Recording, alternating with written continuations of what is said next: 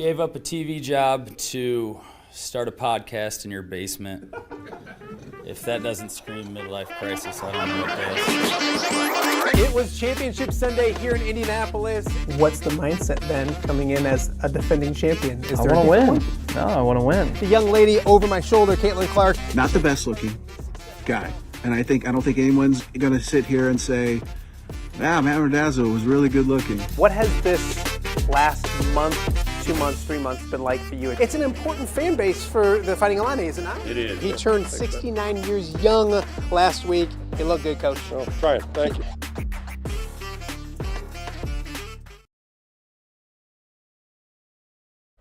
Welcome to a Monday edition of Off the Air with Matt Randazzo. Thank you so much for joining us.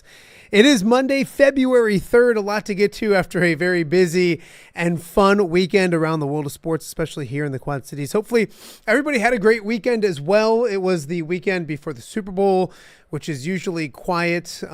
This weekend, anything but. A lot to get to on today's show. Coming up in just a little bit, we'll be joined by our good friend Pat Angerer to talk about the weekend that was, and then also God knows what else we'll talk about when it comes to Pat and myself. Hopefully it's appropriate. Hopefully you enjoy it. He's along in just a few minutes. Also, it was a big Sunday in Iowa City for the Iowa women's basketball team. The Lady Hawks getting a big victory over USC. Caitlin Clark was honored, so we'll break the entire day down. The voice of Iowa women's basketball, Rob Brooks, is just around the corner. And also, Davenport North senior standout and future Iowa Hawkeye, Iowa commit, Journey Houston, will be also on the show a little bit later on as well. In the MAC, Muscatine sits atop the standings at 10-2 on the season. Luke Turelli, their head coach, joins us in hour number 2. We also have Angerer management and so much more to get to on a very busy Monday here in the Quad Cities. And it was a busy weekend. We want to thank you guys for watching. If you're on YouTube, we appreciate it. Please subscribe, tell a friend or two or 10 to help us grow this thing, a daily streaming Quad City sports show right here in the QC. Also, if you're a podcast person, we are up on all the podcasting platforms. That includes Apple Podcasts as well, so make sure you follow, subscribe, do all the good things you have to do on the podcasting platforms as well to help us out. And we will give you 5 new fun shows this week as well. It was a busy week end of sports. Before we get to Pat Angerer, we'll break down a few things. And it was Caitlin Clark Day in Iowa City. The Hawkeyes welcoming back number 22, retiring her jersey, and also hosting USC. The Hawkeyes getting that victory, but it was a special day for Caitlin Clark as well. The former Hawkeye great in town, emotional before the game, but enjoyed watching her team knock off USC 76-69, the final in that one. It was a great game by Lucy Olson. She had 23 points. So as good as she goes, usually so does the Iowa Hawkeyes. She was sensational on Sunday. Addie O'Grady coming off the bench and scoring 14 points, giving them some big minutes down the stretch. We'll have a lot more on the day that was at Carver Hawkeye Arena coming up in just a little bit. It was also a big weekend for the Illini women. Shauna Green and company going to Maryland yesterday and getting their own signature victory, knocking off number 14 Maryland. So congratulations to the Illini, and also the Illini men getting back on track. They won yesterday 87-79. Will Riley coming off the bench, getting 24 points.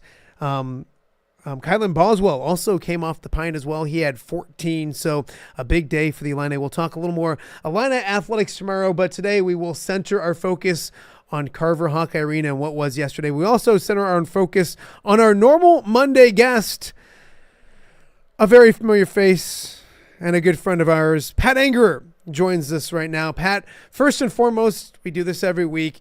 Can you hear me? I can hear you. Can you hear me, sir? Yes, I can. It's funny because every Monday, like, you'll hop on and I'll be frazzled and frustrated, and the first thing that usually comes out of my mouth is, "It's been one hell of a Monday already, Pat," and it has been. The internet has been funky to me, but it's always good to see your smiling face. It makes me so happy. It's great seeing you, on man. A Monday. How was your weekend? You make my Monday. Oh shucks. How was your? Yeah, well, I don't know. I mean, I watched my kids play sports and they lost every game, so that was pretty motivating. What sport? Basketball, which is the worst sport. Well, no, baseball's the worst. Baseball's the worst. Then you got basketball. no one expects the Angerer boys to be good at basketball, though. I mean, you've lost to They me in expect basketball. themselves to be good at. So why Whoa, would whoa, no, why no, would no. your kids be good I at a beat you sport in that you pig. can't even beat me at? I beat you in pig, and you know that. That's not true. Maybe Never next podcast we play pig. I'm not kidding. That's yes. Done. Someday this week, maybe not, but we'll get together and we'll record a game of pig. And that's what we'll do next Monday. Perfect. We can Well, go I don't to know. The Monday after the Super Bowl is always tough. No, we don't have to. That's what I'm saying. We'll record it this week and then we'll air it next Monday. So like you don't even have to be on. You can sleep off your hangover. So you telling me some of these recordings aren't live? No, these are all live. Oh yeah. No, most of them aren't live, my friend. I've already knocked out 3 interviews today. So, but you're always live because you never know what you're going to say. So here's what we're going to do. I love this. This makes my Monday. Someday this week. I think I lost you here. No, you didn't. Don't mess with me. You're there. Don't mess with me. Let's get together this week. We know our buddy Don Umland. He'll let us into PepsiCo. And we can record a game of horse. We'll get Wheezy to record it. It'll be great. Patrick, quit freezing on me. Are you there? Yeah, Matt? you're good. Are you saying, well, let's do it? Okay, so we're gonna play horse. Good. I just turned the volume up. That should help. No, it's not. It's the bandwidth or whatever they say. It's been one of those days at the Randazzo household. It's the man width, and I got some width. There it is. There's the live factor of the show that we all love. So what are we going to put on this game of pig as you freeze up once again? I don't know. I mean, it's pride, probably pride. No, it's got to be something good. I would say loser. You have to get a tattoo. Pat, come back to us. Come back, buddy. You're frozen. I'm back. Okay, there you are. Can you hear me? I can see you. I can hear you. I don't need to see you. You got a great look on your face right now anyway, so I don't care if you're frozen. I just need to hear you. What about loser? Loser can't shave their head because you already have a shaved head. I don't want to get a tattoo. I don't want to get tattooed because I can't, and you like tattoos. So how about this? If I win, you have to shave your head. If you win, I have to grow my hair out. I can't shave my head, Pat. I think I'm going to win, but have you seen these ears? Like, these things are giants. I'm just saying, yeah, you shave your head, the attention would just really go right to those ears. Let's put it, I'll put it on social media. Help us figure out a way. We're going to play pig someday this week. Loser has to do something, like maybe a pie in the face, or they got to eat something bad or something like that, but I can't shave my head. Maybe we leave it up to your followers. I don't have followers, I don't think, but your 200 subscribers or whatever you have. 624. Thank you very much. Damn it. All right. So that's what we're going to do. This is a great way to start my Monday. This has made me happy despite all the technical difficulties I'm dealing with today. So, what else did you do over the weekend? You watch your kids lose a bunch. Anything else fun? I mean, it wasn't really fun. I watched Iowa wrestling. That was a tough one. That was a tough one. Yeah. Friday night was difficult for the Iowa Penn State wrestling meet. Your thoughts just on not I don't want to say the Iowa program, but that Penn State program's stupid good, Pat. Yeah, I mean, this Iowa team is really good too, and they came ready to go. I mean, they're so athletic. Like, they're so athletic. They're tough. It was hard to watch. You know, it's almost like you want these Penn State guys to graduate so that you can root for them when they're in the Olympic, in the world freestyle stuff. But yeah, they're solid. Did you hold out hope going into that meet? And what was your Friday night like watching that meet? I mean, I just sat there by myself on the couch. I mean, we had to wrestle really, really good to even have a chance to win. So it was kind of, it's like when we played Iowa State or Ohio State in football this year. We had to be perfect in order to win, and a lot of things had to go our way, and it didn't happen. Sometimes when you get your ass kicked, it's good. We've all had our ass kicked before, and it looked like they turned around and they wrestled tough against Maryland on Sunday, and so. Yeah, sometimes that's what you need. Have you ever had your ass kicked? And by whom? A lot of people, many times. I mean, so I started wrestling in 7th grade, and I had to wrestle varsity as a freshman and sophomore, and I got my ass kicked all the time. So and I'm the youngest of 5 kids, and I would frequently get my ass kicked. So yeah, I think it's good for me. Dan Birch is on the show on Wednesdays, the Wild Man. He mentioned your brothers and your dad, seeing them when you were in high school at the Y and talking about how good you're going to be and all that kind of stuff. Which brother kicks your ass the most, or did kick your ass the most? Would have been my brother Chris, because we're closest in age. He's 6'7", 180-pound offensive lineman. So yeah, he used to get when he would get his football pads, he'd put them on me, and then he would practice tackling on me to make sure they worked. So that's why I've got so much brain trauma. Yeah, that's the reason. That's the reason, I'm sure. Did you watch women's basketball yesterday? Your thoughts at Carver Hawkeye, and I know that program and their head coach is someone you know pretty well. That was cool to see at Carver Hawkeye Arena. Oh, it was awesome. I started listening to it because I had to take my son to baseball practice because it's February, so you have to make sure you got baseball practice in.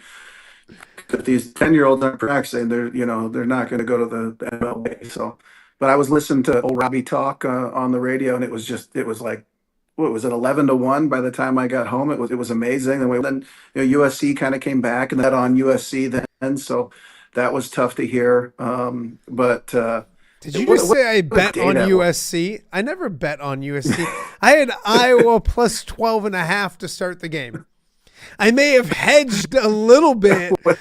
USC money line at one point, but I had faith in the Hawkeyes. But yeah, 18-1 to start the game, Pat. And they've been so close in a lot of games, and for them to kind of see one through was sweet. And this is probably the biggest win in this year in Iowa sports. It was great. And Lucy Olson, amazing second half, did really good. You talked initially, O'Grady stepped up. It was just awesome. The atmosphere was great. And one thing, after the game, obviously, with Caitlin Clark retirement, for the USC team to be able to stay there and be a part of that, like what class by them. The 4th-ranked team just got upset in a really hostile environment, and they sat there and respect. And I was super impressed with their coaching staff and their leaders. You're a Iowa football, I don't want to say legend. What would you say? Legend is too much. So great. I played with legends. I was just the dude on the team. Okay, so you're an Iowa football dude on the team. I don't want to get into the whole Mount Rushmore of Iowa athletics, like who's on it or whatever, but Caitlin Clark, is she the greatest athlete in Iowa sports history? She's one of the top 3, right? Oh, for sure. Absolutely. I mean, how can she not, right? I mean, the attention she brought to Iowa and just the game of basketball in general. No one's done that with the sport, I don't think, at Iowa.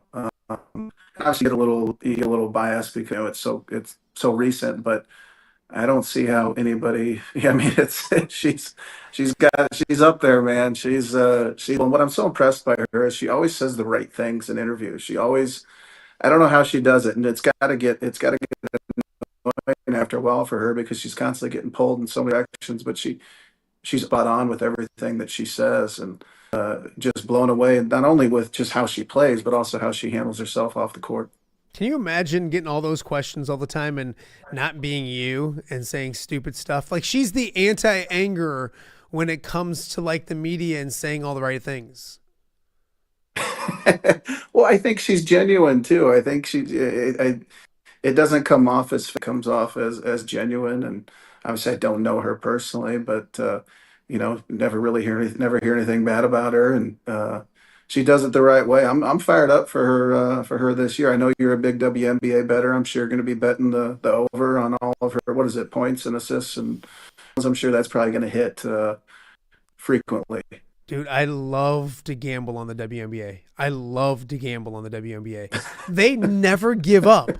Like, they can be down 11 with 30 seconds to go, and they're still fouling, shooting free throws, making free throws, because it's amazing how in the women's game they make free throws. In the guys' game, it's not always the case. But heck yeah, no, she's revolutionized the game. And you look at somebody like Juju Watkins that's in there and the environment, and then Iowa gets a bunch of good recruits. I'm not going to ask you your opinions on Iowa basketball recruits in 2026. That's why we have Creepy Tom. So that's not your business. Tom Kakert will be on to talk about that stuff, but talk about being like, you've been an athlete and you've been recruited, not to the level that maybe they have been. You're not an athlete, but what is a day like that? How do you go to Carver tomorrow as a possible commit and not say, sign me up? Like, this is what I want to do for the next 4 years.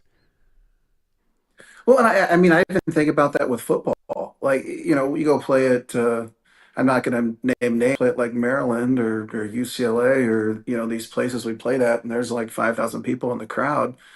It's like, how can you go there and then go to an Iowa game and pick another school over Iowa? Like, the support and the atmosphere at any sporting event at the University of Iowa is arguably the best. I mean, I obviously, I've only been around the places but I mean, how can you pick for Iowa? Not only do you get a great environment, you get the support from the amazing fans we have, but you're surrounded by good coaches and good people, and the support is amazing. Like, I don't know, it's great. And about recruits, I'm super excited for Journey. Davenport North girl. I know you're going to have her on. I'm excited to watch her succeed. It's fun when you get Quad City people up there, because we haven't really had a lot lately. It's fun to follow her career. It's funny you mentioned Quad City people, because football-wise, and you're frozen, and now you're back, darn it. You had just the dumbest look on your face when you're frozen. It was kind of fun to look at, but now you still have a dumb look on your face, but it's not frozen. We don't have as many I hate you. we don't have many Quad City football players as we used to. I remember the days I'd go up there and it was yourself and Julian and Brett and Mitch, although he's not from the Quad Cities, as we pointed out, but Burlington. So it's fun to get those players. Brock and Owen are there now for the men's basketball program, and then you got like Journey going up there next year. Super great young lady, very nice and personable. We'll talk to her here in a little bit. Wrapping up the basketball side of things, because I want to talk to you about the Super Bowl, but I want to circle back around to us. When's the last time, because it's all about us anyways, when's the last time you played competitive basketball? I played my son yesterday, my 10-year-old yesterday in Pig, and I played my 7-year-old daughter yesterday in Pig, and I went I think I went 4-1. My daughter beat me. She cheated. Big picture wise, when did you Pretty play? competitive too. When did you quit playing when you were young? You played what, till you're like 5 or 6, and then started tackling people, or did you play till you're like in 8th grade?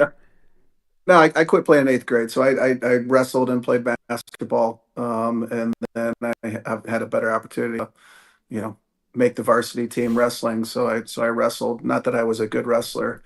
We just weren't as good.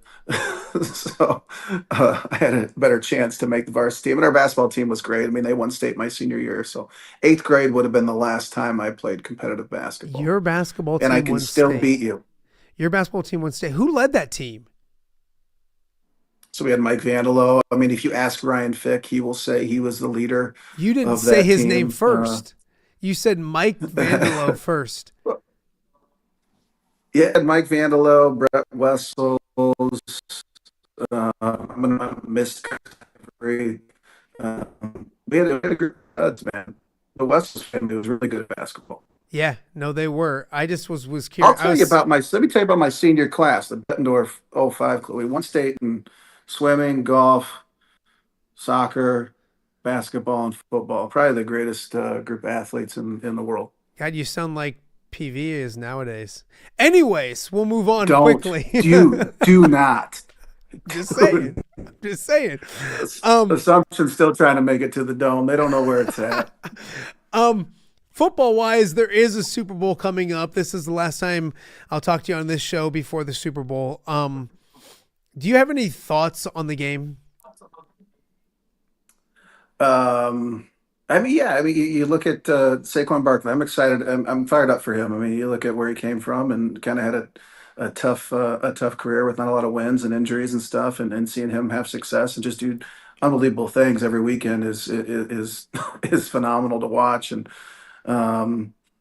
it's hard to bet against. It's hard to go against the Chiefs because the trend's your friend, right? And it seems like Mahomes, he's a winner. All he does is win. So for that, I'm gonna go with the Eagles because they have Cooper DeJean and he's cool.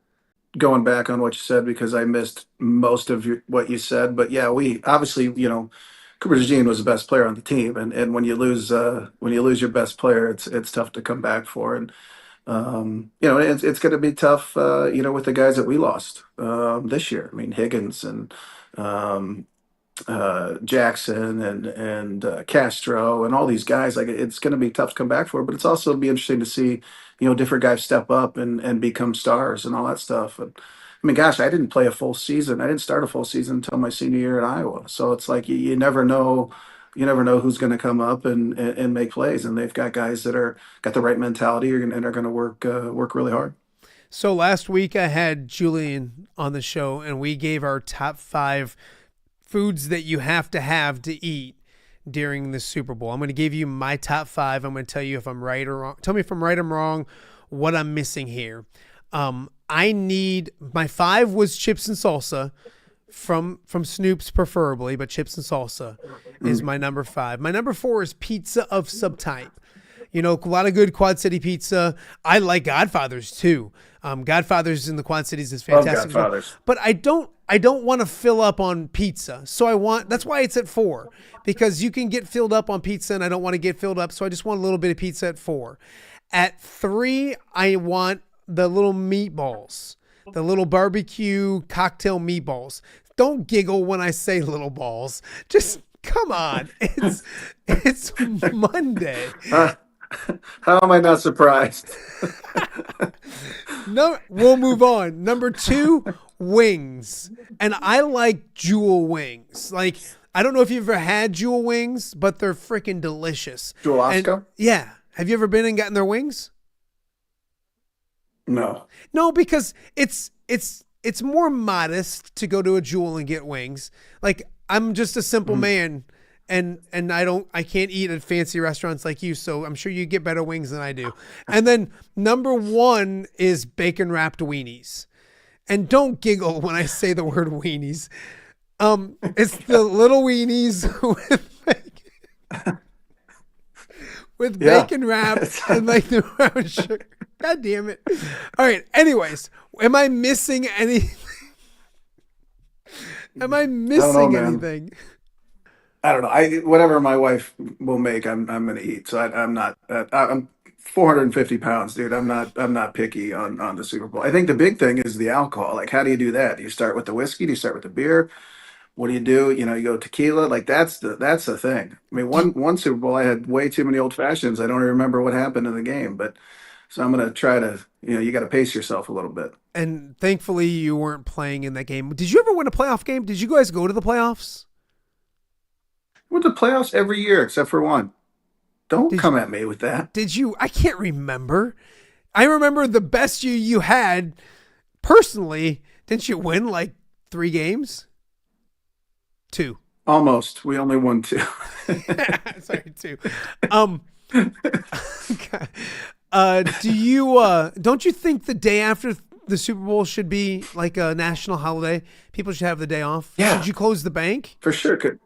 nobody's doing anything on that Monday anyway. I mean, just give everybody the day. Now, I want the kids to go to school. The kids should go to school, obviously, Yes, but that's a good the point. parents should have the day off. Yep, Um, parents should have the day off. Kids should go to school. So I'm sure you guys are going to have a Super Bowl party that I'm not invited to. We're probably going to have a few people over at the house as well. And my wife was asking me this weekend, hey, what time should we tell people to come over? And if you're watching this, don't be upset. We haven't invited people. So like if good friends that normally come over haven't been invited, it's going to happen today. But, and if you don't get the call today, tough, you're out. But, I agree. Yeah, be what cooler. like I said to my wife, like the game's at 5:30, I think, and I was like, I don't know, maybe 2 or 3, and she was like appalled that it was that early. Like, what time do you want people coming to your house for a Super Bowl party? Me, I don't breakfast. We'll play pig and hang out. I don't care. Yeah, come over whenever. That's my thing. And the big thing is you've got your kids, and then you don't even have to do anything. Like that's the key. Yeah, You can't have like a bunch of adults and then you've just got your kids because then you've got to be a dad, which is tough. That's tough to do. yeah. Um, but yeah, I don't. I think the 2, 3. I think that's perfect. I think Um, that's absolutely perfect, Matt. so go ahead and give out your address, so people can come over. Oh, I'll send yours because obviously you can go to the Rock Island Assessor page and find your address pretty easily. Rock Island County Assessors. Yeah. It's all public knowledge. So have I told you real quick before I let you go? And we do have anger management coming up later in the show. I'm going to do that later in the show as another little segment. Okay. And I like this week's. Like it's deep. You do? Yeah. Thanks, man. I'm a very deep person. No, it's scary. In a way. So my wife, I don't know, I may have mentioned this to you, but I think for the last She 17 left years, not yet, but She's been unhappy. This is the talk we have off the air, not on off the air, but off the air later in the show. God dang it. For 17 years, she's bet on the coin toss. Yeah. And she has won one time in 17 years. Any advice for What's her she betting this year? Tell me what she bets, and I'll bet the opposite. That way we both win. I'm not joking. Ben Hammer, who used to be a coach at Rock Island, will call me usually on Super Bowl Sunday or text me and he'd be like, let me know which way Jen's going. Because people fade her. Like it's well known. Like how can you mess that up so many times? And now back when we were like first married, to be like, here, let's do a $10 bet or do a $5 bet. But like nowadays I'm like, hey, you're due, right? You're due. You might as well go 50, $100, something like that. She can't win to save her life, Pat. Yeah, I say go heavy. Go heavy. She's due. Go heavy. What's she going? Tails? What did you say? What did you call her? You're breaking up. Did you just call my wife heavy? I told her to go heavy on the tails. I'm just gotcha. So I'll pass that along. This has gone south quickly today. You're in a good mood today. I like it. I like it for a Monday. All right. Now, Fracking yelled at me last week because I keep asking you where you're going to eat on Mondays. So just to piss Fracking off again, what do you got planned for lunch? Are you still eating healthy? Last week you were eating healthy. How's that going? Yeah. Yeah, I'm eating healthy, man. I'm eating healthy. I will probably, because I got to let the dog out because my wife's working. So I'll probably go home, let the dog out, make some eggs, do like 12 push-ups. That should be a good little day. Are you still eating healthy? Yeah, for the most part. I mean, it was my birthday last week, so I'll say, I had some pizza and stuff, but I'm trying to not be so fat. All right. I get the hint. All right. Happy birthday, Pat. Thank We're you. all so Thank excited for you. How old are you and what'd you do for your birthday? I'm 38 and I watched Penn State beat Iowa in wrestling, so I wasn't. Did you go out for your birthday at all? Did you go to dinner or We anything? went to dinner at Sports Fans with some friends on Okay. Tuesday. So Tuesday I'll be going out to Duck City with Dwyer Ooh. and his wife Tree. because me and Tree share the same birthday, so we'll enjoy our fancy food there. Duck City. It's great. Yeah. You can't I'm hide gonna need my money, wife to Pat. sell a lot of meals. I'm gonna need my wife to sell a lot of meals today. What do you get when you go to Duck City? I've never been. I can't. All your money went to your house. I will. I don't know. We'll see. We'll see what I'm feeling. I'll probably get a steak or something. I don't know. Who knows? Okay. All right. Well, hey, I mentioned it on the show. I know you didn't watch, but we wish you a happy birthday on the show on Friday. And I don't know. Oh, What's thank the you, man. over-under for your life expectancy right now? Oh gosh. Yeah, honestly, I didn't think I'd make it this long, to be honest with you. So every year, every day I get is it's a win. Okay.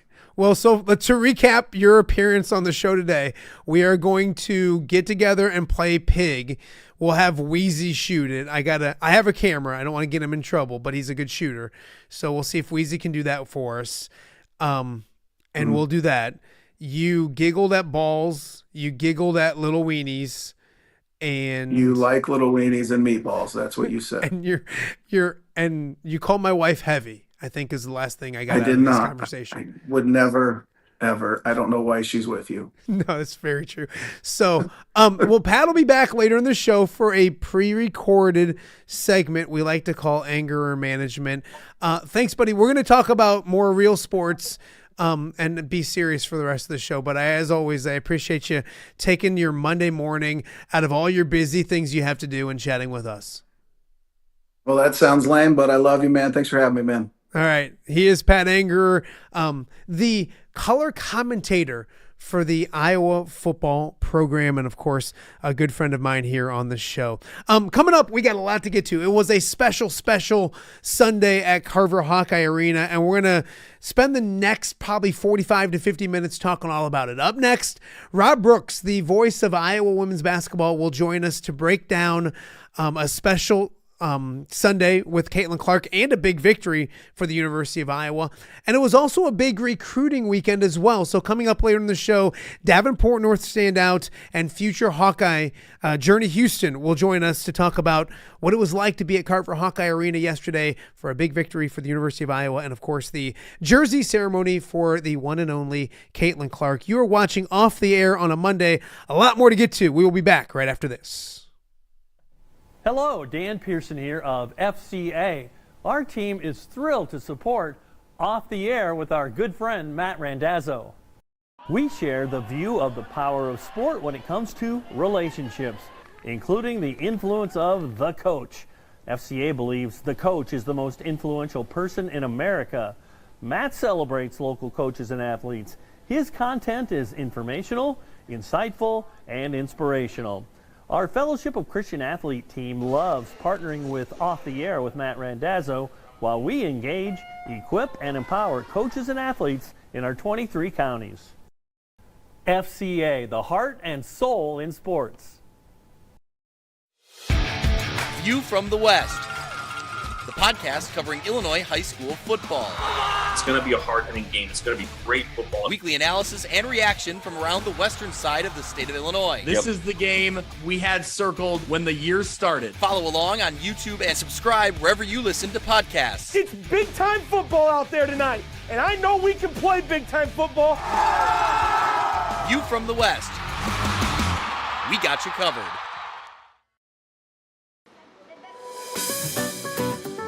Are you looking for the Quad City's best chips and salsa? There's only one dude to turn to. Right on. Snoop. Hand-cut chips, fried fresh with that crunch you've come to love. And the most addicting salsa with delicious fresh ingredients each and every time. Pick up your chips and salsa, queso, enchiladas, and much more at the Stern Center in Rock Island. To place your order, simply call the man himself. It's Snoop at 309-314-8197 and find out for yourself what the rest of the Quad Cities already loves. Welcome back to Off the Air with Matt Randazzo on a Monday, and wow, what a Sunday it was at Carver Hawkeye Arena. So obviously we'll be talking a lot about Caitlin Clark and the Iowa women's upset victory over USC, and no better person to talk to than this guy right here, the voice of the Iowa women's basketball program and a guy who had a front row seat at Carver Hawkeye Arena. Rob Brooks joins us. And Rob, do you pinch yourself sometimes knowing that they're actually giving you money to do this and sit front row for a place where everybody wanted to be on Sunday?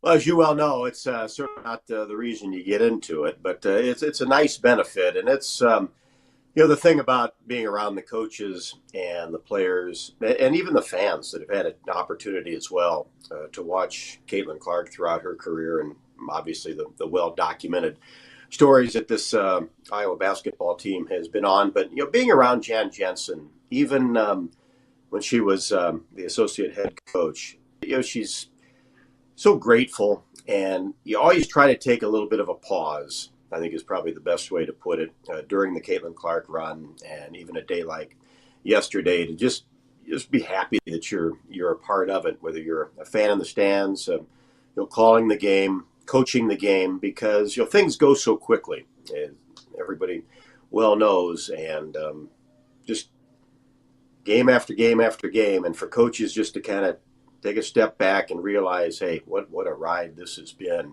And it's pretty special whenever Caitlin Clark walks back into Carver Hawkeye Arena, and there's just a little extra buzz. It's almost like a football game, really. We talked last time just about all the road crowds the last couple of years, but when I pulled in probably about 3 hours before game time yesterday, fans were already lined up around the arena, and I said, okay, here's just like tailgating at Kinnick or big-time college football game. It just had that extra buzz when you pulled in.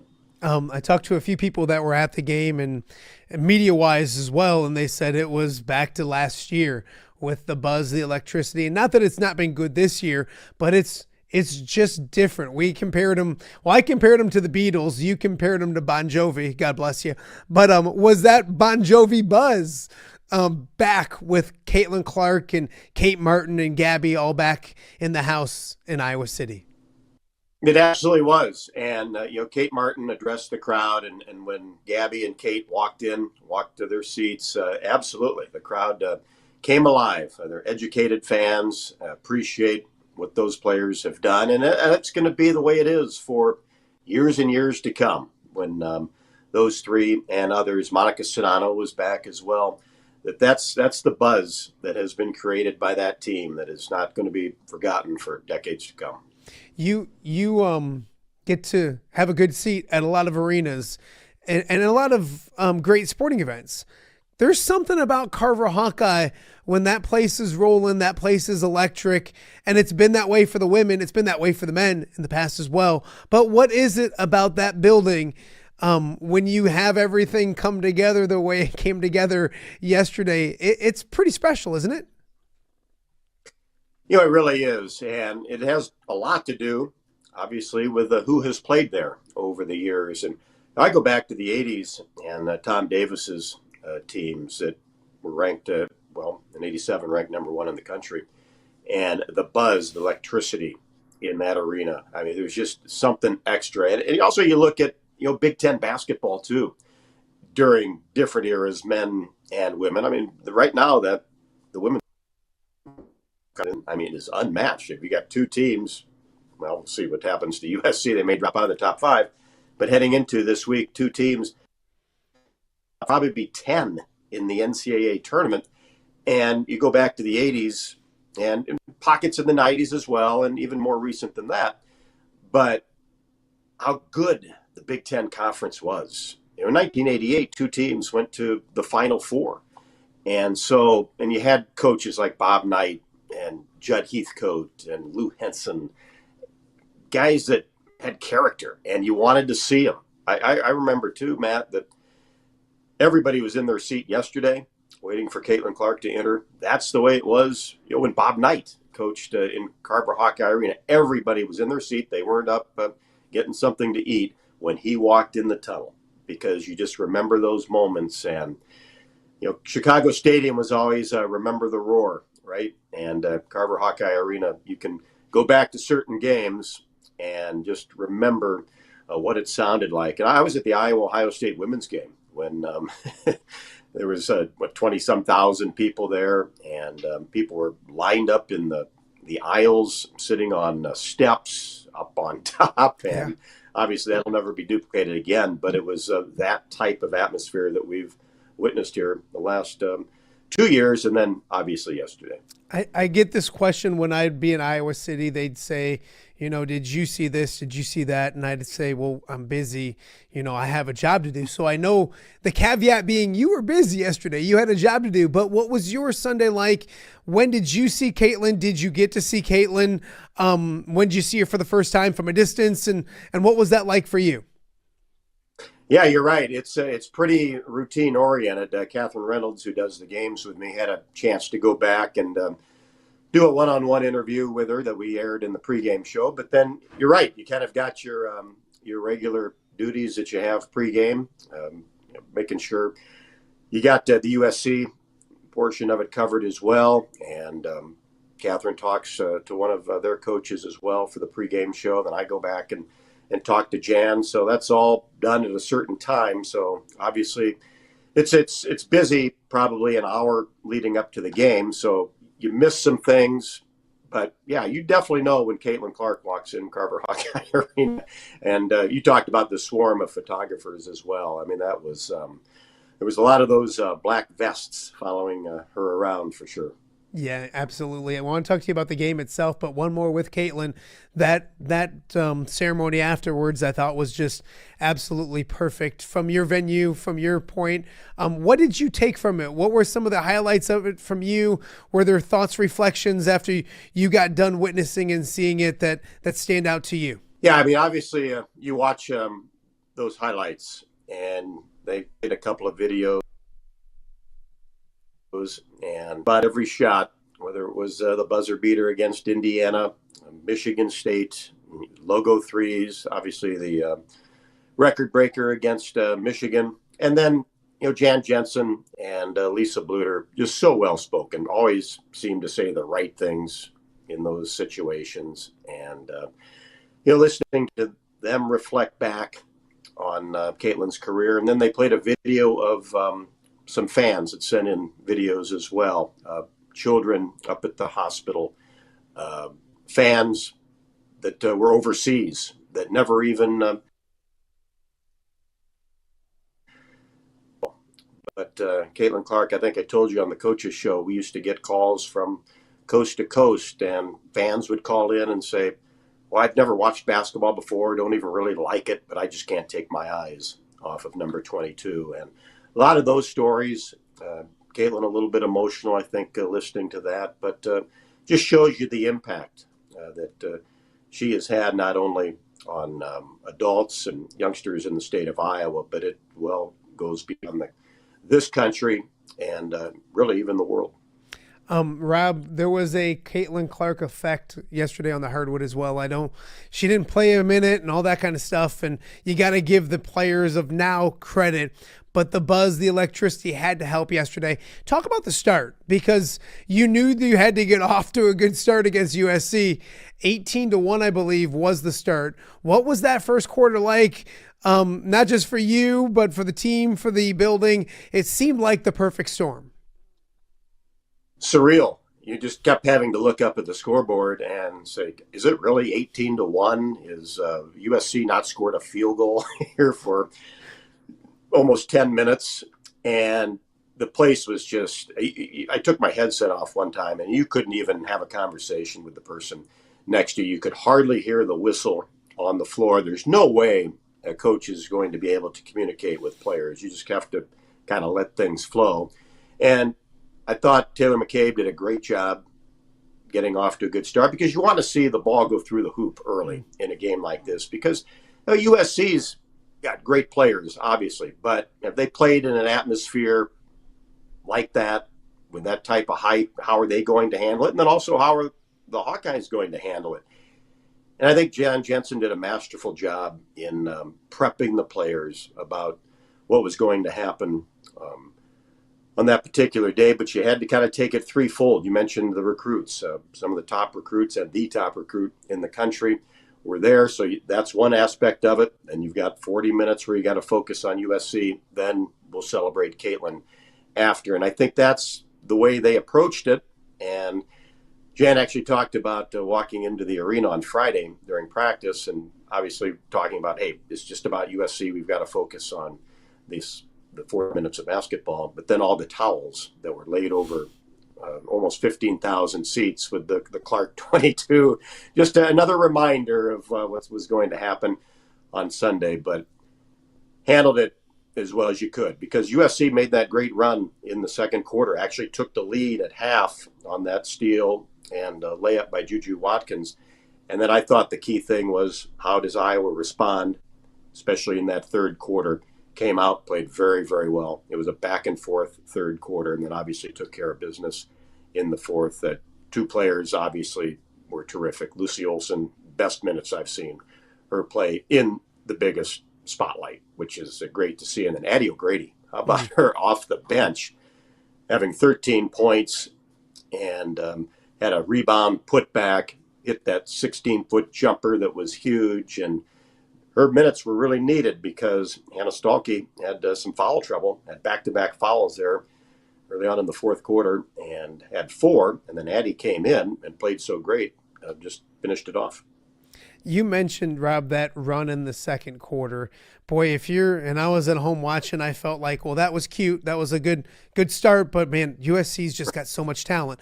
What does it say about not just those young ladies, but, there's a coach that some people have given criticism to, wrongfully so, but about Coach Jensen and her staff to take that punch back from USC and then come out, battle in the third quarter and win this thing. I thought it really showed a lot about a program and some players to take that punch from USC and still go on and win the game.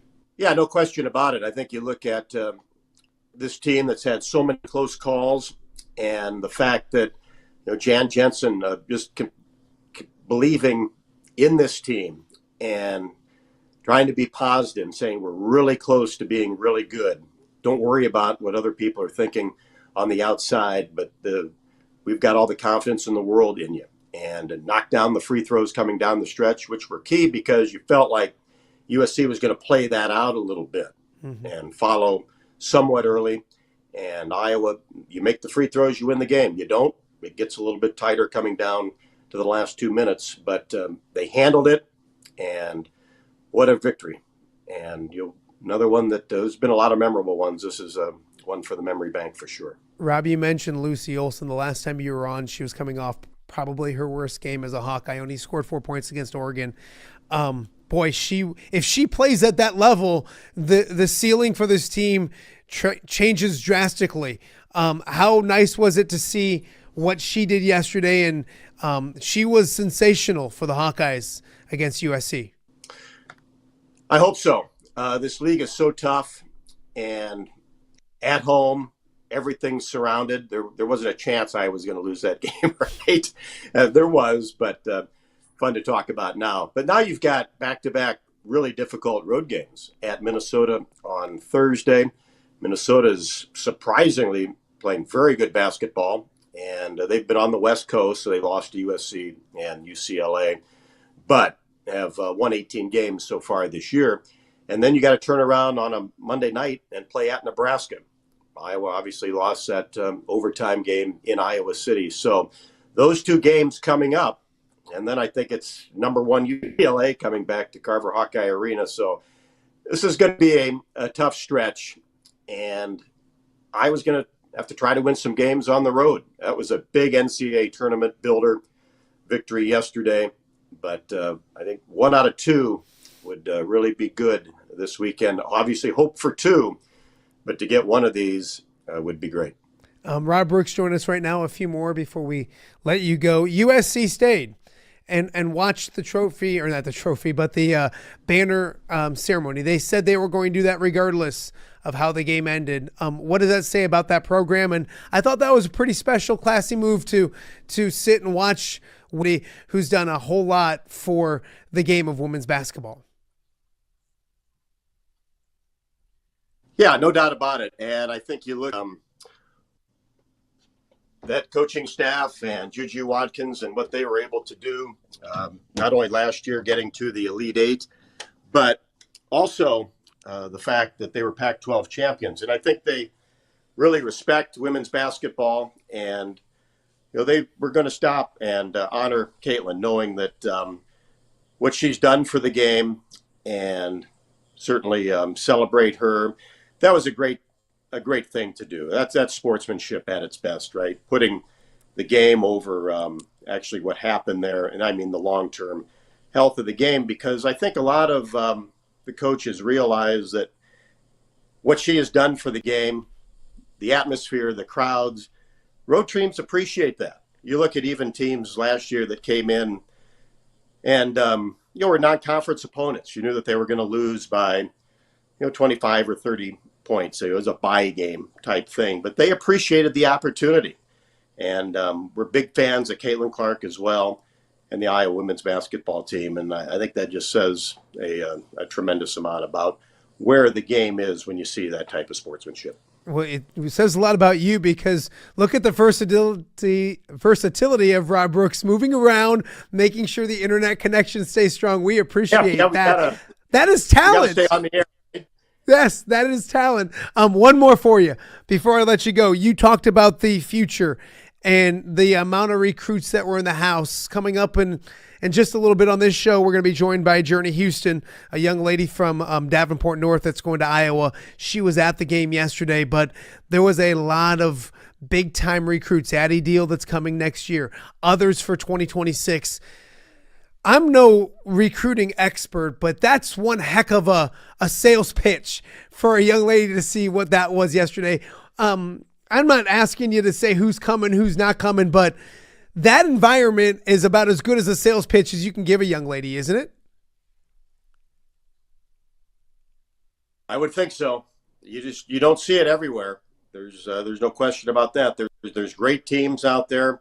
There's good atmospheres. I'm not sure there's many like that. And I think if you talk to Addie Deal, that I think kind of sealed the deal for her when she was here last year. It was for the Ohio State game and Senior Day featuring Caitlin Clark. Yeah, I mean, you want to see that anyway. And I think if you always talk, if we can get a recruit on campus, we've got an opportunity. Now, there's a lot of great schools and a lot of great programs that are going to go up against these top recruits. But when you get them on campus and you get a chance to talk to the coaching staff, see the atmosphere, meet the players, that's huge. That means the University of Iowa is on their radar. They're recruiting nationally. They've taken advantage of what Carver Hawkeye has been the last couple of years. And I think, whether you get them or not, you got a shot. And there's just players that they're getting into the living rooms now that weren't the case 5 years ago, for sure. It was a special day at Carver Hawkeye Arena. I appreciate you doing this and dealing with internet, might be even my internet, who knows, but we appreciate it. We're going to catch up with you real soon. Yeah, mine's usually pretty good. Yeah, that's the thing is for tomorrow's show, I just recorded something with Logan Lee, and it was a little funky with him. So it may be on my end, but you, as always, the consummate professional. I will call you the anti-John Marks, because you are the consummate professional, and I always got to take a shot at Johnny every time that you're on. Rob, I appreciate you, and we'll catch up again real soon. Thanks so much. Sounds good, Matt. Appreciate it. All right. He is Rob Brooks, the voice of the Iowa women's basketball team. And as we mentioned, we're not done yet talking about a special Sunday at Carver Hawkeye Arena. Coming up after the break, we'll be joined by future Hawkeye and Davenport North standout Journey Houston. We'll talk to her about her special Sunday at Carver Hawkeye Arena, and of course the Wildcats of today as she's enjoying another fantastic season, her senior season at Davenport North. That's coming up right after the break, right here on OTA on a Monday. Hello, Dan Pearson here of FCA. Our team is thrilled to support Off the Air with our good friend Matt Randazzo. We share the view of the power of sport when it comes to relationships, including the influence of the coach. FCA believes the coach is the most influential person in America. Matt celebrates local coaches and athletes. His content is informational, insightful, and inspirational. Our Fellowship of Christian Athlete team loves partnering with Off the Air with Matt Randazzo while we engage, equip, and empower coaches and athletes in our 23 counties. FCA, the heart and soul in sports. View from the West, the podcast covering Illinois high school football. It's going to be a hard-hitting game. It's going to be great football. Weekly analysis and reaction from around the western side of the state of Illinois. This is the game we had circled when the year started. Follow along on YouTube and subscribe wherever you listen to podcasts. It's big-time football out there tonight, and I know we can play big-time football. View from the West. We got you covered.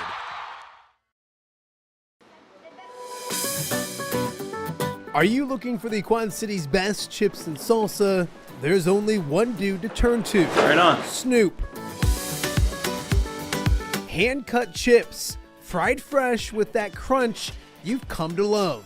And the most addicting salsa with delicious fresh ingredients each and every time. Pick up your chips and salsa, queso, enchiladas, and much more at the Stern Center in Rock Island. To place your order, simply call the man himself. It's Snoop at 309-314-8197 and find out for yourself what the rest of the Quad Cities already loves. Welcome back to Off the Air on a Monday here in the Quad Cities. Thank you so much for joining us. It is February 3rd. A lot to get to on the start of a week, and some breaking news and some bad news when it comes to the Iowa men's basketball program, especially here locally. Just announced a short time ago, something I kind of caught wind of yesterday. Owen Freeman is out for the season at the University of Iowa. He will have finger surgery on his right hand today. He will miss the remainder of the season. Fran McCaffrey announced that just a short time ago. Owen was having a fantastic sophomore season. He averaged team highs in points, nearly 17 a game, rebounds nearly 7 a game, and he had 35 blocks on the season, shot 63% from the floor. Obviously, a very well-known person here in the Quad Cities, a local tie, a Moline grad, led Moline to a state championship a few years ago. So tough news if you're the University of Iowa, and if you're Owen Freeman, of course. The press release has a quote from Fran McCaffrey that says, after discussions with Owen, his family, and our medical staff, surgery is the best course of treatment in terms of properly healing and rehabilitation. We expect Owen to make a full recovery. He has the full support of his teammates and coaches during this entire process. Of course, we talked with Owen Freeman last week, I believe. I'm getting my weeks all confused, but not too long ago right here on OTA, he was nice enough to join us, preview the Royal Rumble that was just this past weekend. Texted several times with Owen this weekend because of the Royal Rumble, and of course, we're both wrestling dorks watching it as well, so I'm wishing him the best of luck.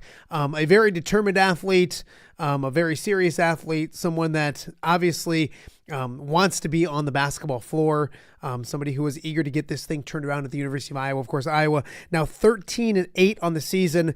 They're 4-6 in the Big Ten play, so they have work ahead of them. A lot of work to do. The schedule does get more difficult down the stretch, and they get ready for a big week of action coming up. They host number 10 Purdue tomorrow night at 6 o'clock at Carver Hawkeye Arena, and then they follow that up with a Saturday game when they welcome Wisconsin to town. So 2 ranked foes coming to Carver Hawkeye Arena this week, a good opportunity for the University of Iowa, but they'll now have to do that and make the most of that opportunity without arguably their best player in Owen Freeman, and hands down their best big man in a roster that's not full of size.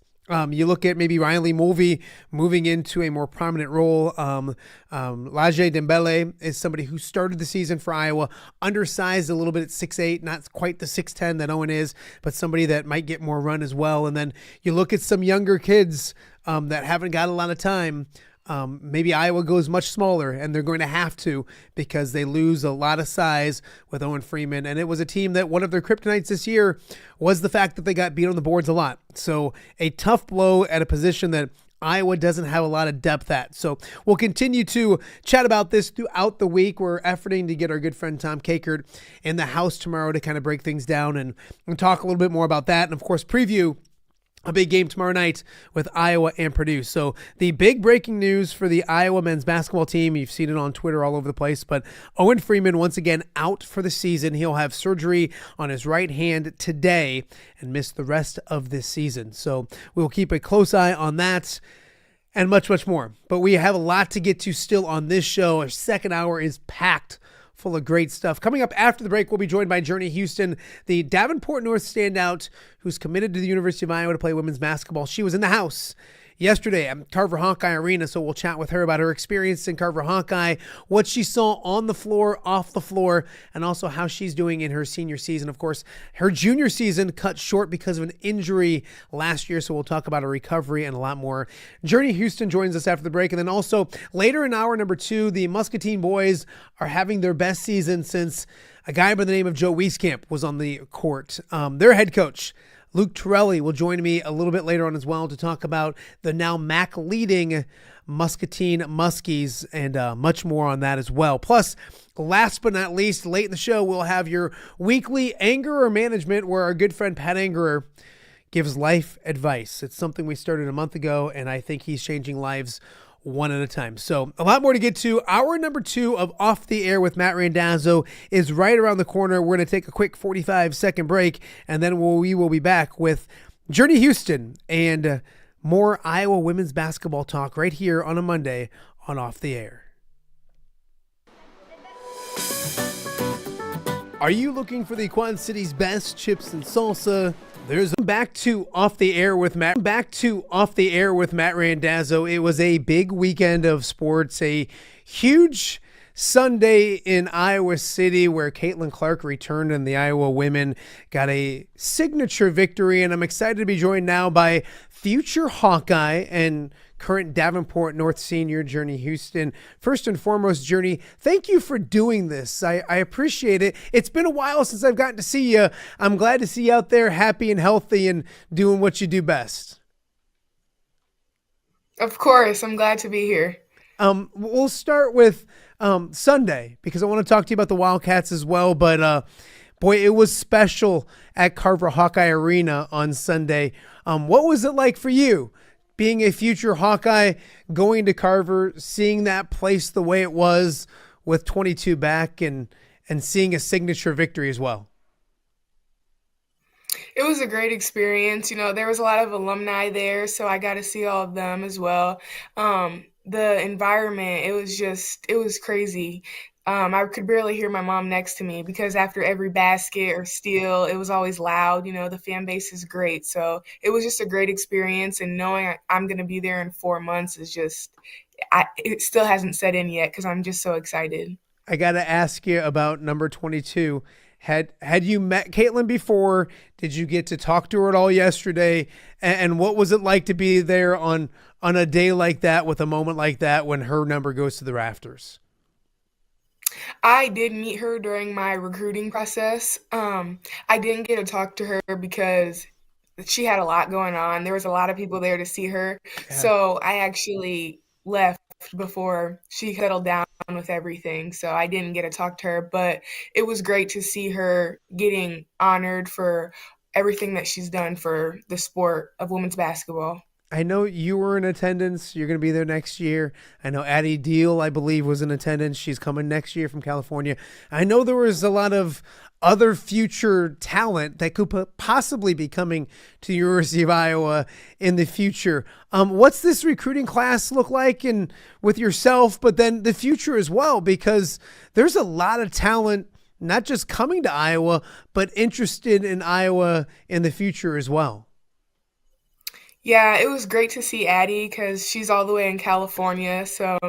But there was a lot of talent there tonight, and I'm hoping that some of the girls like the environment and they saw how well everybody plays together and just how great of a place it is, and hopefully they decide to join Iowa as well. If you're a recruit, now you're committed, but if you go to that place on that day with that young lady there and that electricity, that's a pretty good sales pitch, isn't it? It definitely was. I know it sure would have been for me, especially since, everybody's getting older, so the time to make decisions is getting like shorter. So hopefully that, makes some of them lead towards the Hawks. Now, Journey, you committed, correct me if I'm wrong, but you committed to Iowa under Lisa Bluter. Obviously, Coach Jensen was there. When you hear about the change, what goes through your mind? And obviously some familiarity. Was there any ever doubt or second thought when the transition happened? Yeah, I did commit under Lisa's head coaching when she was a head coach. It really didn't change much for me when when she decided to just step down, because Jan was a big part of my recruiting process and I was always around her, and she's a great person as well. And I do think that they have a similar coaching style. So it wasn't much of a change, but it was sad to see Coach Bluter leave. Sure. You're at Carver Hawkeye yesterday. It's electric. One of the best teams in the country is there. Juju Watkins is there. That team played really good basketball. What did you see on the court from an Iowa team that, there's a transition, but it's starting to get better and better now, their third straight victory? What did you see from your future team? They definitely played great tonight. I feel like they were very aggressive on defense compared to prior games that I've seen. And I feel like that kind of rattled USC because I don't think that they were expecting that tonight. So I think that defense turned into offense for them, and then that's how they got the win tonight. I know people are excited about this team, but they're excited about the future. What can Iowa fans that might be watching this that aren't in the Quad Cities expect from Journey Houston? What kind of basketball player, human being, which I can't speak enough about, you're a fantastic young lady, but what kind of player are they going to get at the University of Iowa? I would say I'm a very well-rounded player. For me, it's not all about myself and getting my points and everything for myself. I like to get my team involved, and I like to do a little bit of everything. So a very well-rounded player. And outside of basketball, I would say I'm a pretty good human. I try to be kind to everybody, respectful, and that's just how I am. And another thing is I don't really show much emotion on the court, so a lot of people should expect that. You're more than just a pretty good human, Journey. You're cutting yourself short. But I do got to talk to you because last time I spoke to you, you were recovering from an injury. Obviously lost a lot of your junior year with that injury. You look great out there now. You seem like you're back to 100%. Where are you physically? And what was that process recovery like for a young lady? It was definitely a struggle in the beginning because in my mind, I missed my last AAU season, and then I didn't get to go to state with my high school team because my surgery was on the day of state. So it was a struggle for me in the beginning, but I just continued to work at it and work hard. And I feel like I'm getting better, but I feel like I have a little bit more to give to get back to how I was before. But I'm definitely getting there, and I'll be ready by the time I get to Iowa. That's fantastic to hear. Enjoying your senior season right now, and it's a really good MAC conference. You guys are battle tested every night. First off, what's it like being a senior? I feel like I'm old because I feel like I've been saying your name forever because you've been playing since a freshman. But what's it like being a senior? Are you making sure that you enjoy each and every night out? I definitely am. This is my last go around, so I'm really just embracing everything, and I'm ready to finish this chapter and get on to the next, but I'm still enjoying every step of the way until I get there. Now, I know there is some unfinished business. You mentioned that you didn't get to go to state with your teammates last year on the floor. How important is it this year? How focused are you this year? How motivated are you and your teammates to get back to that big stage up in Des Moines? Okay, thank you. I feel like my team and myself have worked very hard to get to where we're at right now because we didn't start the season off very well this year. And I feel like if we just keep working hard and doing what we need to do, we'll definitely get to state again. Again, it's my last go around, so I'm really just going to push myself and give it all I got to get to state again and hopefully win state. Before I let you go, back to Iowa City on Sunday. Do you put a recruiting pitch on anyone? How much do you know the young ladies that might be coming into town, and is it a collaborative effort to kind of give your spin on why these very talented young ladies may commit and come to Iowa in the future? I didn't get to speak to any of them tonight because I did leave when a lot of people were staying because I had to get out of there. But I do think that there is a lot of talent in the 26 class, and I hope that some of those girls saw the game tonight and saw the atmosphere, and I hope that they choose to be a Hawk. Absolutely. We're excited to see you as a Hawkeye, but more importantly, we're excited to see what you guys can do the rest of the way at North. Journey, I appreciate you taking the time to do this. Best of luck. Stay healthy. Get back to Des Moines, do some big things, and then get that black and gold on and go be a Hawkeye. Thank you. I appreciate it. All right. That is Journey Houston, Davenport North senior, and also a future Iowa Hawkeye on what was a very special Sunday in Iowa City at Carver Hawkeye Arena. It's Monday on Off the Air. We'll be right back after this. Hello, Dan Pearson here of FCA. Our team is thrilled to support Off the Air with our good friend Matt Randazzo. We share the view of the power of sport when it comes to relationships, including the influence of the coach.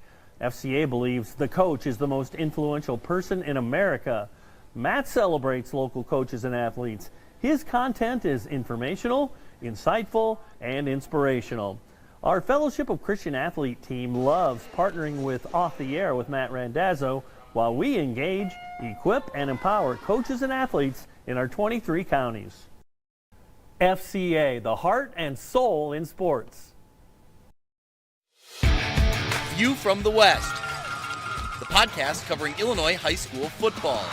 It's going to be a hard-hitting game. It's going to be great football. Weekly analysis and reaction from around the western side of the state of Illinois. This is the game we had circled when the year started. Follow along on YouTube and subscribe wherever you listen to podcasts. It's big-time football out there tonight, and I know we can play big-time football.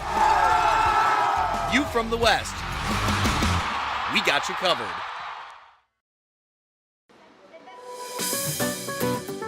Are you looking for the Quad City's best chips and salsa? There's only one dude to turn to. Right on. Snoop. Hand-cut chips, fried fresh with that crunch you've come to love.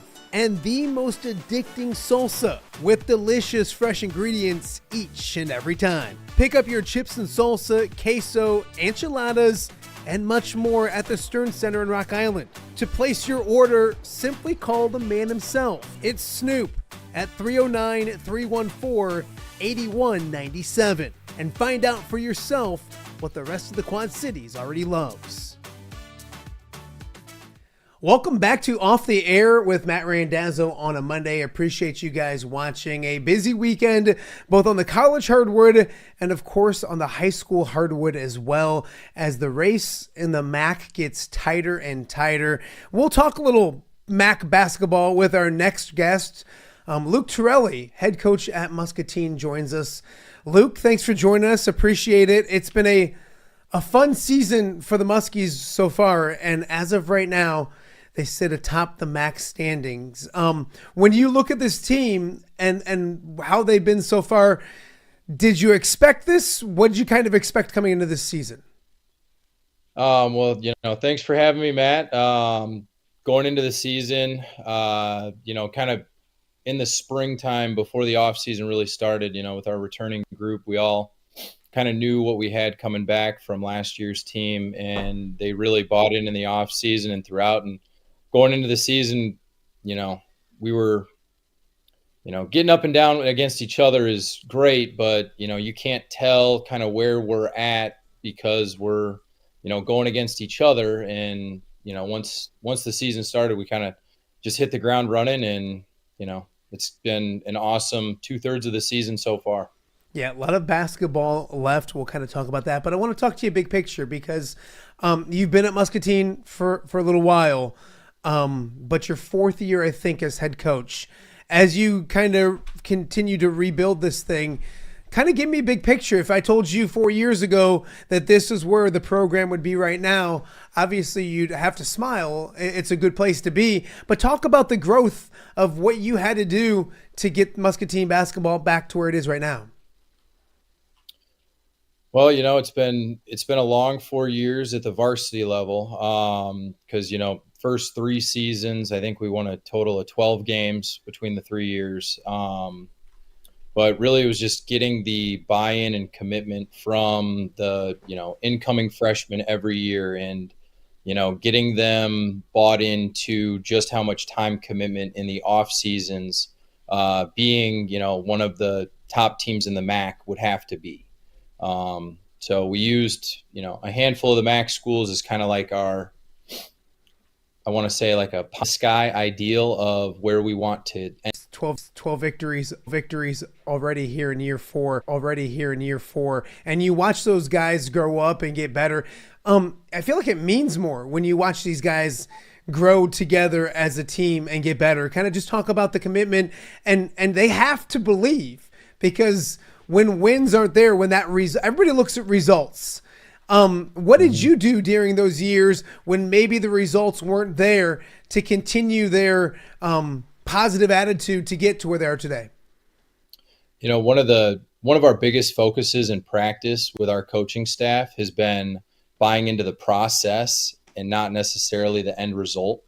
So like throughout practices, regardless of whether a shot goes in or not, we're always preaching on, well, where did that shot come from? If it's a shot that's a part of our process offensively, regardless of if it went in or not, it's still a good shot, and it's just a shot that we want them to take.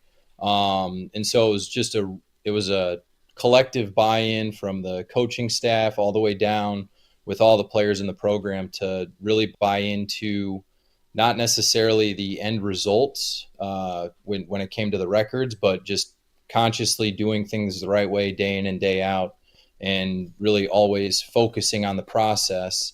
And when you take care of that process, the end results will kind of take care of themselves. And right now we're kind of in that nice spot, I'd say. Coach, I didn't do the research because I'm lazy, but it feels like this is the best start since Joe Wieskamp's senior year. And you were part of that. You were around at that time. What's it mean to get this place back to that level? And maybe what can you take from those years that help you right now as you guys get ready to go through a very interesting and hopefully successful and fun month of February into March? Yeah, and I think one of the biggest things was that a lot of the players on the roster right now were able to grow up as elementary students watching Joe play and watching, experiencing, our main gym in a packed house every home game. And it was really kind of, their goal as a group of, hey, we want this to be us when we're seniors, we're experiencing high school. And it was kind of their, overarching long-term goal to have that same type of a season, just, obviously without the kind of generational talent that Joe Wieskamp was, and, honestly still is. And he focused on what this collective group can do together. Yeah. You mentioned individual talent, and there's probably not too many future NBA guys on the team. Who knows? But there's some good talent there, Luke. You're kind of take me through this team, because you have some good experience when it comes to the postseason with Kavion Hodges back down in Muscatine. And then these guys have grown up and continued to get better and better. It's a good collective group of talent as well that kind of complement each other nicely, don't they? No, absolutely. And they've obviously been playing a lot growing up, because all of them are, Muscatine native kids, and they, grew up playing in the feeder program. Our next level program does a really good job of keeping classes together and, allowing them to grow up and playing together. So by the time, they became this varsity group, they've spent so many hours in the gym together that it really, it really almost happened naturally. The flow of, understanding their teammates' tendencies and where their teammates want to get the ball, and, just how easy they can make the game for each other. Well, Coach, I want to talk to you about that MAC because it's a battle each and every night in the conference. I know this week is no easier. PV and Bettendorf. It is a talented league this year, which has got to help you not just during the year, but it's going to help this league as a whole when we get to the postseason, is it not? No, absolutely. And I mean, any given night in the MAC conference, our coaching staff is always checking final scores just to see how everybody around the conference did, mainly because on any given night, anybody can, take one of us down. So it's obviously a really competitive conference, and, I'm hopeful that all of our schools, end up getting a good draw in the sub-state. I know historically, our sub-state the last 2 years has been the same 6 teams. So we're all kind of excited for this last stretch of the season. Coach, you have goals each and every year, and especially with this group, I know those goals continue, but they probably start or include a conference championship. With the fact that you guys have won 12 total games in the last 3 years, what would it mean to be that team atop the MAC standings at the end of the season?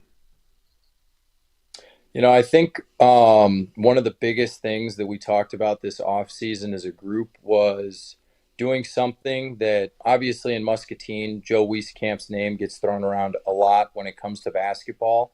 And one of the things that Joe was not able to do was win the MAC conference. So one of our, biggest goals was, kind of completing some of those accomplishments that the great Joe wasn't necessarily able to accomplish. And so winning the MAC was definitely one of the, big goals that our group had.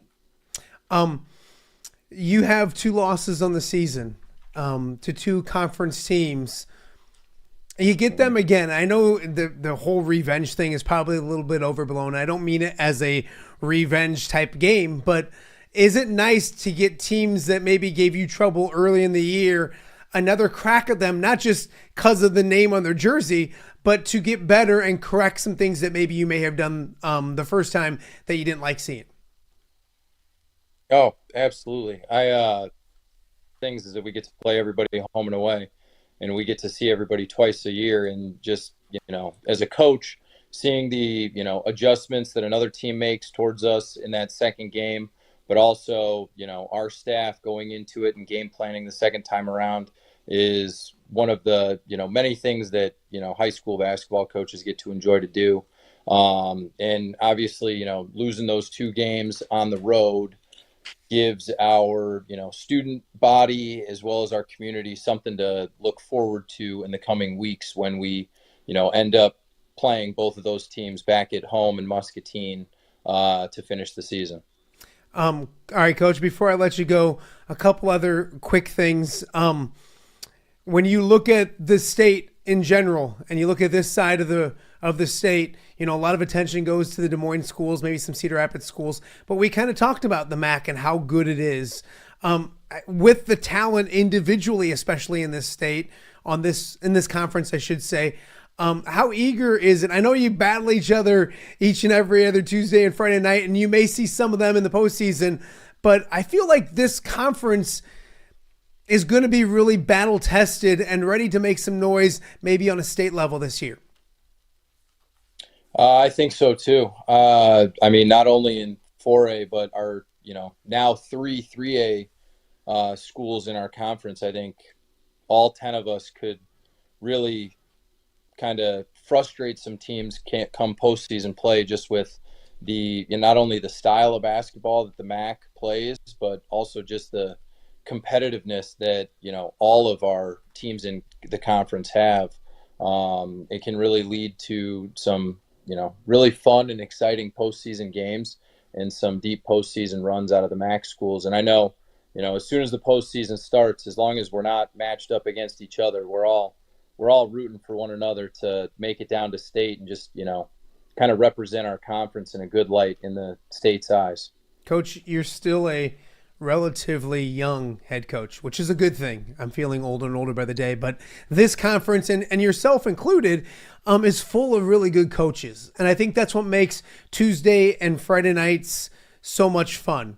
As you continue down this journey as a head coach at Muscatine, do you find yourself grabbing something from a Coach Buddy or a Hillman or an Ewan or any of those guys? And I don't mean stealing stuff, but it's a challenge, I guess, every Tuesday and Friday night, not just on the court, but you're facing really good coach teams each and every night out. Mm-hmm. Absolutely. And,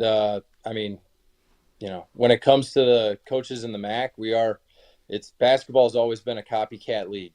From the NBA down to college, down to the high school level, and even down further. But there's a handful of times when drawing up scouting reports and going through other teams' sets, you think, well, hey, we've got pretty good personnel to run something almost exactly like a set from an Assumption, a set from a Bettendorf, a North Scott, a PV.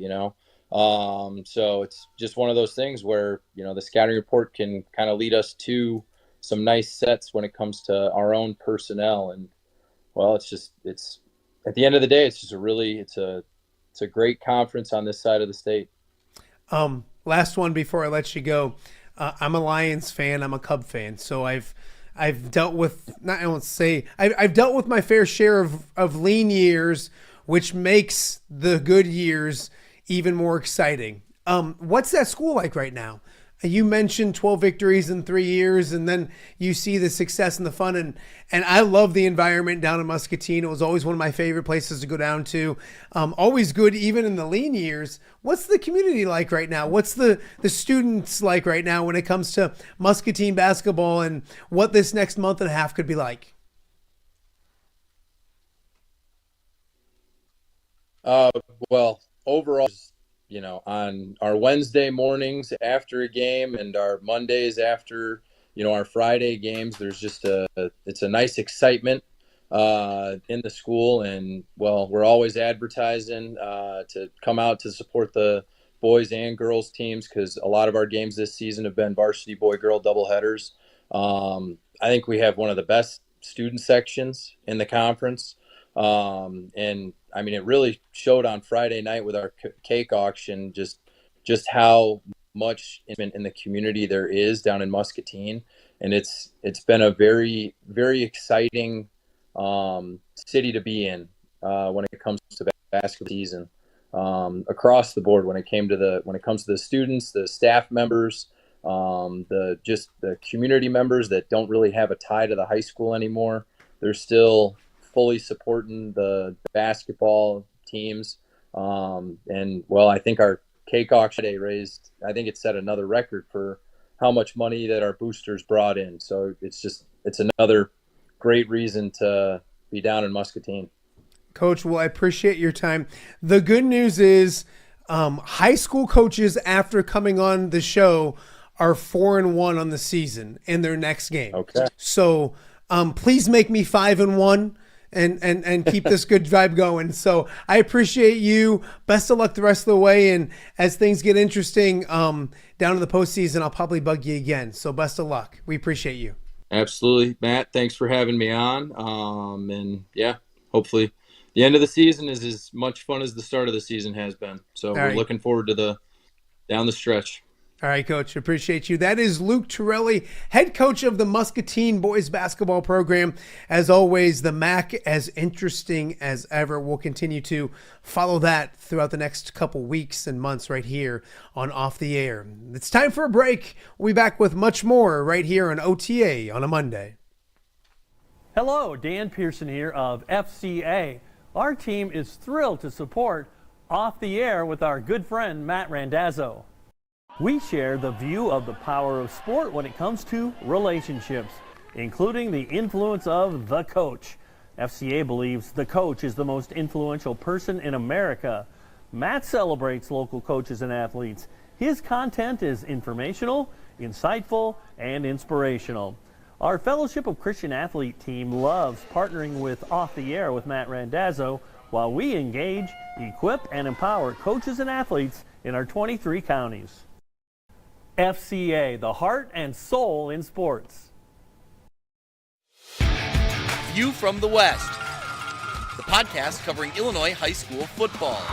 It's going to be a hard-hitting game. It's going to be great football. Weekly analysis and reaction from around the western side of the state of Illinois. This is the game we had circled when the year started. Follow along on YouTube and subscribe wherever you listen to podcasts. It's big-time football out there tonight, and I know we can play big-time football.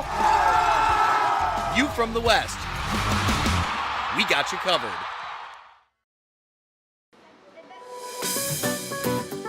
Are you looking for the Quad City's best chips and salsa? There's only one dude to turn to. Right on. Snoop. Hand-cut chips, fried fresh with that crunch you've come to love. And the most addicting salsa with delicious fresh ingredients each and every time. Pick up your chips and salsa, queso, enchiladas, and much more at the Stern Center in Rock Island. To place your order, simply call the man himself. It's Snoop at 309-314-8197 and find out for yourself what the rest of the Quad Cities already loves.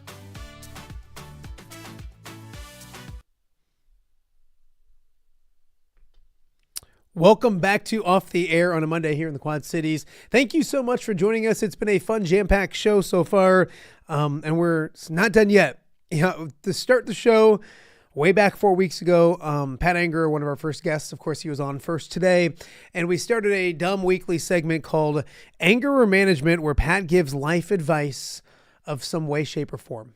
And throughout the last few weeks, I've gotten such positive feedback.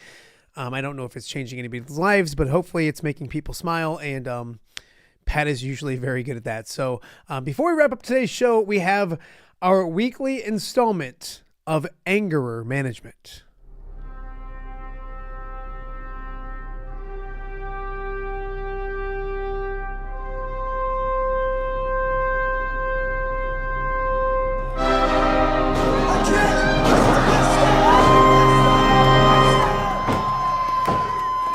Media mogul, broadcaster of the next generation. I don't know. I just made that up. It sounded good.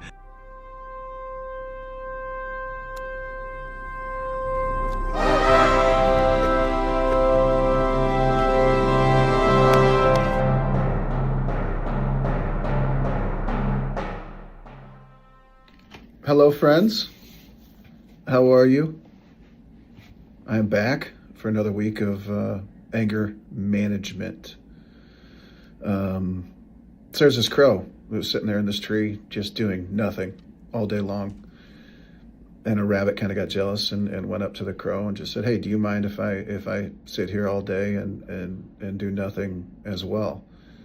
And the crow said, "No, be my guest." So the rabbit sat there on the ground and rested. And a couple minutes later, a fox came and ate the rabbit. And the moral of the story is that if you're just going to sit around and do nothing all day, you better be sitting really, really high up. And that is this week's anger management. Yeah, makes sense to me. Pat Anger, changing lives one day, 1 week at a time. Of course, a big day here on Off the Air with Matt Randazzo. We've had some breaking news and a lot to talk about. Of course, the breaking news, if you're just joining us, Iowa's Owen Freeman off, or I should say out, for the rest of the season. He'll have surgery today on a finger on his right hand, his shooting hand. He will miss the remainder of the season, averaging 17.7 rebounds a game, led the team in block shots as well. After winning Big Ten Freshman of the Year last year, he was having equally as good of senior, or I should say sophomore season as well. We had Owen on the show a few weeks ago. maybe last week. I can't remember. It all blurs together. But fantastic young man, one of my favorite people. We wish Owen Freeman the best of luck, a speedy recovery. But bottom line, it's a tough blow to the Iowa basketball team on the floor, a team that needed to pile up some victories down the stretch in order to get back on the right side of the NCAA tournament bubble. That starts this week. It starts tonight with a game against Purdue. Tuesday night with a game against Purdue, and then again on Saturday with Wisconsin coming to town. So 2 home games against ranked opponents, but unfortunately Iowa will be without their arguably best player in Owen Freeman.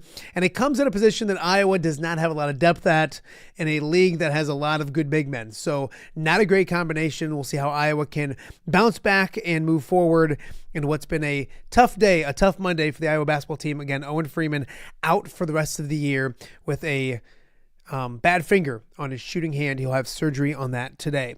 To start the show, speaking of basketball, we had Pat Anger on, as we always do on Mondays, and there's this myth going around that Pat beat me in a game of pig at my dad's golf outing like a bunch of years ago. I think he paid off Joe Conklin to vouch for him. Was not true.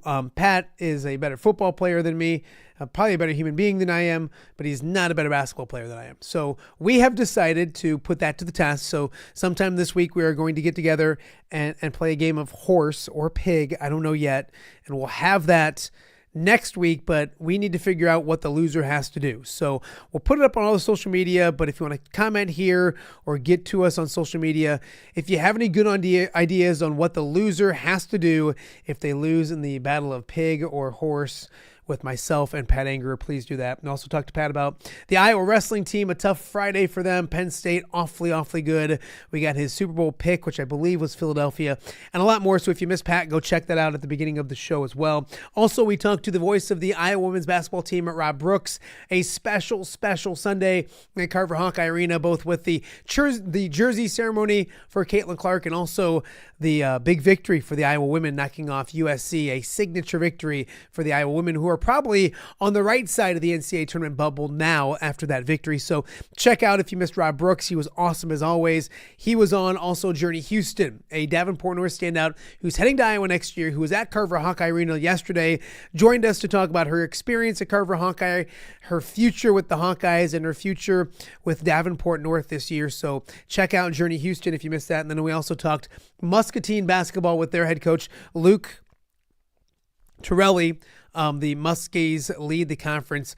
A lot of good basketball left to go in the MAC conference as well. So if you are watching the show on YouTube, we appreciate that. Please subscribe. Please tell a friend or 2 or 10 or 20 so we can continue to grow this as well. Also, today's show will be up on all the podcast platforms as well.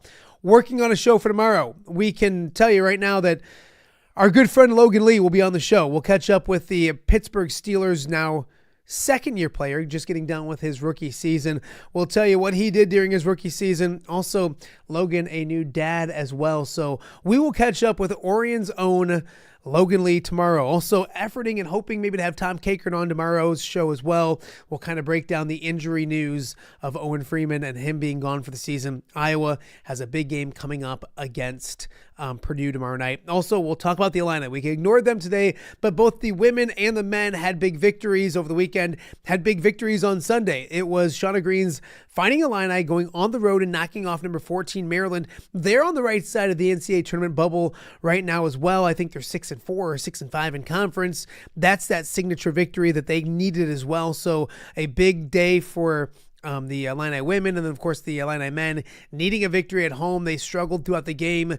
They got hot late. They knocked off Ohio State. We'll probably try to catch up with